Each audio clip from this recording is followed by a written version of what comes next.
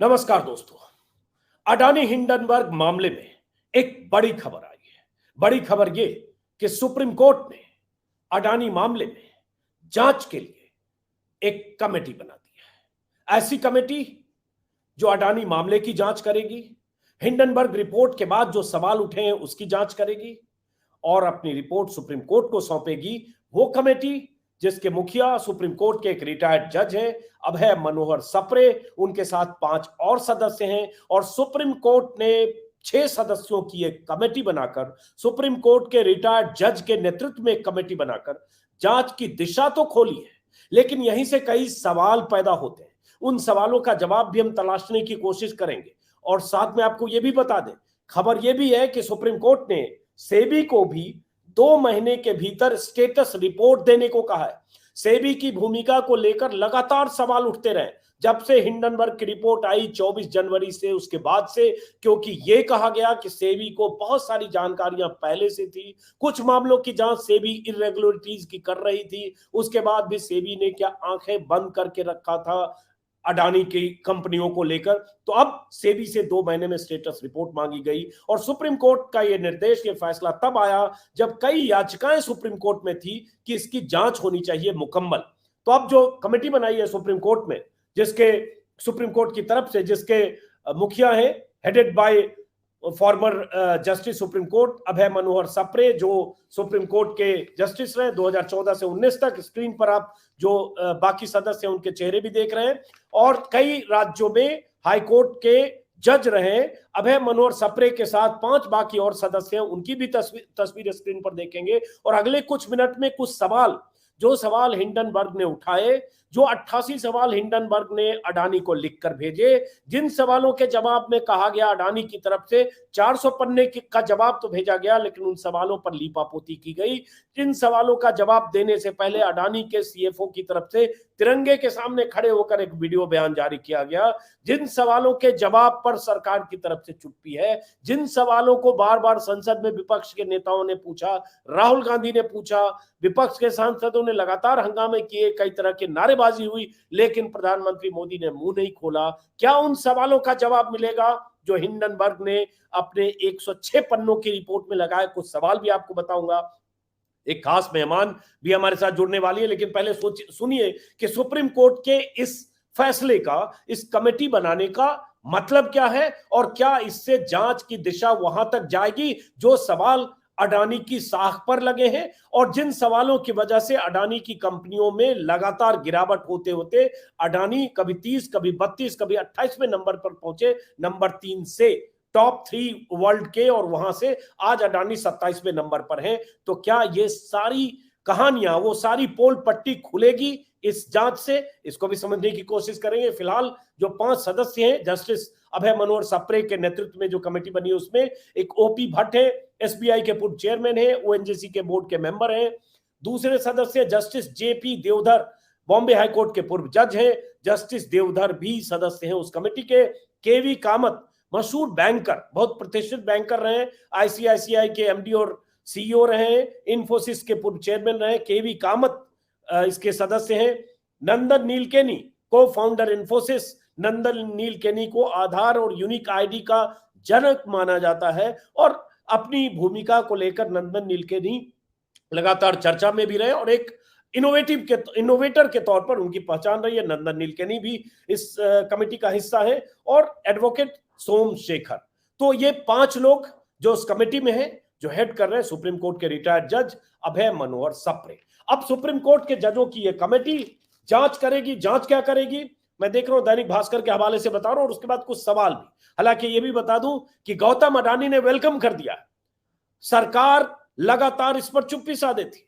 Supreme court में याचिकाएं, हालांकि कुछ याचिकाकर्ता ऐसा लग रहा है कि अडानी के पक्षधर जैसे याचिकाकर्ता भी है, लेकिन फिर भी सुप्रीम कोर्ट ने कहा। और एक बार आपको पता होगा कि जब सुप्रीम कोर्ट में सरकार की तरफ से कहा गया कुछ नाम सुझाएंगे, तो सीलबंद लिफाफे में, गोपनीय लिफाफे की बात हुई थी, तो सुप्रीम कोर्ट ने कहा था कि नहीं, हम सब चीज पारदर्शिता के साथ करना चाहते हैं, हम आपको खुद नाम बताएंगे। उसके बाद ये नाम सामने आए। सुप्रीम कोर्ट की कमेटी 2 पहलुओं की जांच करेगी। शेयर मार्केट का रेगुलेटरी फ्रेमवर्क मजबूत करने के उपाय सुझाएगी और मार्केट में होने वाली ट्रेडिंग की निगरानी पुख्ता की जाएगी। इस पर कुछ जांच करेगी और सलाह देगी। अडानी ग्रुप के शेयर्स में तेज गिरावट से जुड़े विवादों की जांच करेगी। हिंडनबर्ग की रिपोर्ट सामने आने के बाद से जिस ढंग से शेयर बाजार में अडानी के शेयर्स धराशायी होते होते अडानी कहां से कहां पहुंचे, 11 लाख 10 लाख करोड़ का नुकसान हुआ, उस शेयर के धराशायी होने की वजहों की भी जांच करेगी। अब यह भी कहा जा रहा है कि कमेटी, जो सुप्रीम कोर्ट ने कमेटी के अलावा सेबी को जो 2 महीने में स्टेटस रिपोर्ट सौंपने को कहा है, उसके मुताबिक कि सेबी जांच करेगी 2 पहलुओं की। मैं दैनिक भास्कर के हवाले से बता रहा हूं, मैं अभी और जानकारी जुटा ही रहा हूं, कोशिश करूंगा शाम के वीडियो में विस्तार से बताऊं, जिसमें क्या सिक्योरिटीज कॉन्ट्रैक्ट रेगुलेशन रूल्स के नियम 19A का उल्लंघन हुआ है, क्या मौजूदा कानूनों का उल्लंघन कर स्टॉक की कीमतों में हेर फेर हुआ, इसकी जांच सेबी करेगी। अब सवाल ये उठता है, जो आरोप लगातार लगते रहे अडानी पर, शेयर मैनिपुलेशन, शेयर का वैल्यू ज्यादा करने के लिए कंपनियों में हेराफेरी, गोरख धंधा, मॉरिशस में 38 शेल कंपनियां, गौतम अडानी के भाई की तरफ से उन शेल कंपनियों का संचालन, गौतम अडानी की कंपनियों का 85% से ज्यादा वैल्यूएशन, और बहुत सारे आरोप हैं। उन आरोपों की एक लंबी लिस्ट भी मेरे पास है। अब सवाल उठता है, क्या इन सब की भी जांच होगी, या ये जो जांच होगी उसके दायरे में ये सब आएगा और सब कुछ पता चलेगा क्या? ऐसे कई सवाल हैं, उन सवालों को भी हम आगे समझने की कोशिश करेंगे। हमारे साथ है सुप्रिया श्रीनेत, कांग्रेस की फायर ब्रांड प्रवक्ता। सुप्रिया श्रीनेत को आप जोड़िए और स्पीच आपको ये बता दें कि गौतम अडानी ने वेलकम किया है। गौतम अडानी का भी ट्विटर हैंडल देख रहा था, बीते कई दिनों से, कई सप्ताह से गौतम अडानी ट्विटर पर कुछ लिख नहीं रहे थे, या ट्विटर पर उनकी किसी मुद्दे को लेकर प्रतिक्रिया नहीं थी। एक इजरायली पीएम से मुलाकात की एक तस्वीर उन्होंने जनवरी के आखिरी सप्ताह में पोस्ट की थी, उसके बाद से सन्नाटा था। लेकिन आज गौतम अडानी ने वेलकम किया है कि जो सुप्रीम कोर्ट ने ये कमेटी बनाने की का फैसला किया। The Adani group welcomes the order of the honourable supreme court, it will bring finality in A time bound manner, truth will prevail, ये गौतम अडानी ने लिखा है। लेकिन सवाल वही है कि क्या ट्रूथ विल प्रिवेल, क्या सच्चाई सामने आएगी सुप्रीम कोर्ट की इस कमेटी से? सुप्रिया श्रीनेत, यही सवाल आपसे। गौतम अडानी ने तो कह दिया है वेलकम करते हुए, ट्रूथ विल प्रिवेल। नहीं, उनके पास और चारा ही क्या है? अगर देश का उच्चतम न्यायालय को एक डिसीजन लेना पड़ रहा है कि आक्षेपों और आरोपों के दायरे में गौतम अडानी है, काम सरकार को करना था, सरकार की एजेंसीज को करना था, वो नहीं कर रहे हैं, तो उच्चतम न्यायालय को एक समिति गठित करनी पड़ी। और ये याद रखिएगा, ये उन पीआईएल्स के बेसिस पे हो रहा है ज्यादातर जो अडानी को फेवर करती हैं। मैं 2 बातें कहना चाहती हूँ और आपकी परमिशन से थोड़ा वक्त लेना चाहती हूँ। इस देश ने पेगासस के मुद्दे को भी देखा, पेगासस पर भी सरकार निष्क्रिय रही, सरकार ने कुछ नहीं किया, उनके कान पर जू नहीं रही। अंततोगत्वा उच्चतम न्यायालय ने एक कमेटी गठित करी थी। उस कमेटी ने सुप्रीम कोर्ट के चीफ जस्टिस ऑफ इंडिया के कोर्ट में अपनी रिपोर्ट सबमिट करते हुए बोला कि सरकार ने इस पर सहयोग नहीं किया था, सरकार ने कोऑपरेट नहीं किया इस कमेटी के साथ, और बड़े गहन आक्षेप लगे थे जासूसी के और उन लोगों पर जो चुने हुए प्रतिनिधि हैं, election commissioner, chief justice of India से संबंधित लोगों पर। सरकार ने इसमें सहयोग नहीं किया। क्या सरकार के किसी नुमाइंदे ने आगे आकर यह बोला कि हमसे गलती हुई है या हमने इसमें सहयोग क्यों नहीं किया? क्या छिपाना चाहते थे आप? अब ये कमेटी गठित हुई है। ऐसा है अजीत जी, क्योंकि थोड़ी बहुत जानकारी फाइनेंस की रखती हूं, 20-25 साल किया ये काम। SEBI, RBI, SFIO, directorate of revenue intelligence, MCA, तमामों ऐसी एजेंसीज हैं जिनको लगातार प्रोब करना चाहिए था अडानी के मैटर को। देखिए, अडानी के ऊपर जो आक्षेप लगे, आप राजनीति भूल जाइए एक समय के लिए। अडानी का एक छत्र राज है पोर्ट पर, एयरपोर्ट पर, कृषि और खाद्य पर, रिन्यूएबल एनर्जी पर, सीमेंट पर, डिफेंस में। ऐसे एक छत्र राज्य वाले व्यक्ति पर आप मुझे सिर्फ एक बात यह समझाइए कि ऐसे गहन आक्षेप लगे कि वो वेब, सरकार को इससे कोई फर्क नहीं पड़ता है। सरकार जानना भी नहीं चाहती कि ये बेनामी पैसा किसका है, ये भारत विरोधी ताकतों का है या किसका है। ये मेरी समझ से परे बात है, और इसलिए परे बात है क्योंकि इस पर तो चर्चा होनी चाहिए थी। सेबी ने आखिर क्या एक्शन लिया? अडानी ग्रुप के शेयर डूबे, लेकिन उसके साथ वो छोटे निवेशक बर्बाद हो गए जिनका अडानी से कोई लेना देना ही नहीं था, जिनके खुद के 10-12 लाख करोड़ रुपए नष्ट हो गए इस मार्केट में। LIC का जो इन्वेस्टमेंट था वो नेगेटिव हो गया, जितना इन्वेस्टमेंट था उससे वो नेगेटिव हो गया। कोई सवाल पूछा सरकार ने LIC से कि जिस स्टॉक में, जिस ग्रुप में प्राइवेट म्यूचुअल फंड्स पैसा नहीं डालते, आप क्यों डाल रहे हैं? SBI से किसी ने सवाल पूछा कि आपने किस बेसिस पर $1 बिलियन का लोन दिया था, वो बाद में पॉलिटिकल प्रेशर के चलते निरस्त हुआ? तो मेरा अपना मानना यह है कि जब सरकार शिथिल होती है तो ऐसी समिति गठित होती है, लेकिन ये तो सरकार को आईना भी दिखाने की बात है कि आपने कुछ नहीं किया और सुप्रीम कोर्ट को ये करना पड़ रहा है।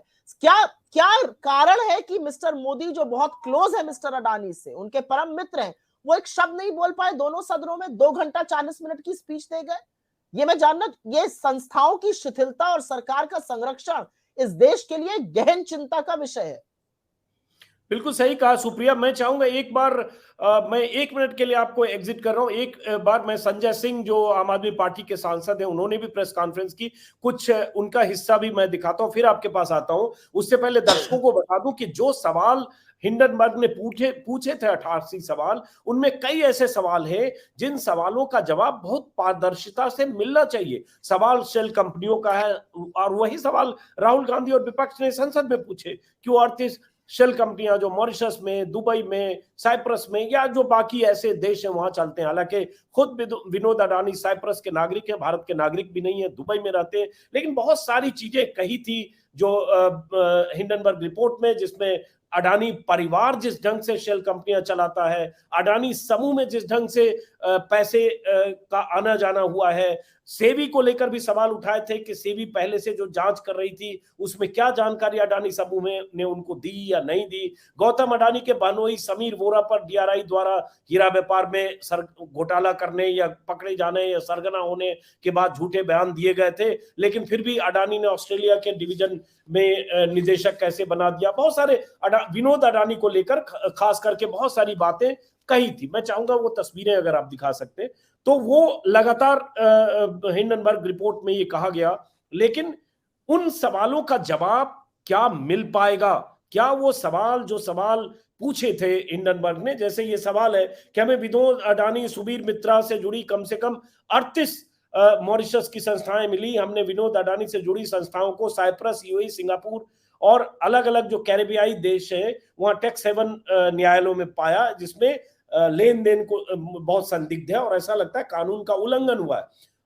इसका जवाब क्या है? विनोद अडानी कितनी संस्थाओं के निदेशक है, कितनी संस्थाओं के निदेशक है, शेयर धारक लाभार्थी स्वामी के रूप में जुड़े हुए हैं, उनका क्या ट्रैक रिकॉर्ड है? अडानी साम्राज्य ने विनोद अडानी को इतना अधिकार दिया है, उसको लेकर भी सवाल उठाए हैं और बहुत सारे सवाल हैं जिस पर हम पहले भी कई बार वीडियो में बात कर चुके हैं। अब इन सवालों का जवाब क्या सुप्रीम कोर्ट के जजों की जो एक कमेटी बनी है, और दूसरा सुप्रीम कोर्ट ने कहा है कि सेबी 2 महीने के भीतर अपनी रिपोर्ट दे, तो सेबी की भूमिका संदिग्ध रही है, ऐसा बहुत सारे लोग सवाल उठाते रहे। क्योंकि जो हिंडनबर्ग सैकड़ों हजारों किलोमीटर दूर अमेरिका में बैठकर रिपोर्ट जारी करता है, सेबी जो रेगुलेटरी अथॉरिटी है उसको ये सब पता नहीं चलता। और अडानी के कारोबार में 3 साल में जो इतना खेल हुआ, ऐसा कैसे मुमकिन है? कुछ सवाल उठे हैं लगातार। एक बार संजय सिंह का छोटा सा बयान, जो आम आदमी पार्टी के नेता हैं, उसके बाद फिर हम सुप्रिया आपके पास आते हैं। संजय सिंह। माननीय सर्वोच्च न्यायालय का अडानी के मामले में एक बहुत ही महत्वपूर्ण फैसला आया है। वो फैसला, जहां एक और सराहनीय फैसला है, अडानी की घोटाले की 6 सदस्यीय समिति बनाकर जांच कराने का फैसला है। उस समिति में पूर्व न्यायाधीश को शामिल करके जांच कराने का फैसला है। वहीं दूसरी तरफ यह सुप्रीम कोर्ट का फैसला नरेंद्र मोदी जी की सरकार पर जोरदार तमाचा है। 140 करोड़ लोगों ने चुनकर भारत का प्रधानमंत्री नरेंद्र मोदी जी को बनाया। पूरा विपक्ष एक स्वर में मांग कर रहा था कि दुनिया का सबसे बड़ा घोटाला है अडानी घोटाला, कॉर्पोरेट जगत का सबसे बड़ा घोटाला है अडानी घोटाला, LIC में करोड़ों लोगों का पैसा डूब रहा है, SBI में करोड़ों लोगों का पैसा डूब रहा है। प्रधानमंत्री जी, JPC से जांच कराइए, पूरे सदन के सत्र के दौरान हम लोग एक ही मांग करते रहे, लेकिन एक कहावत हमने सुनी थी कि रोम जल रहा था, नीरव बंसी बजा रहा था, करोड़ों लोगों का पैसा डूब रहा था, अडानी का महाघोटाला सामने आया था और नरेंद्र मोदी जी जांच कराने से भाग रहे थे, जांच कराने के लिए तैयार नहीं थे, जेपीसी बनाने के लिए तैयार नहीं थे।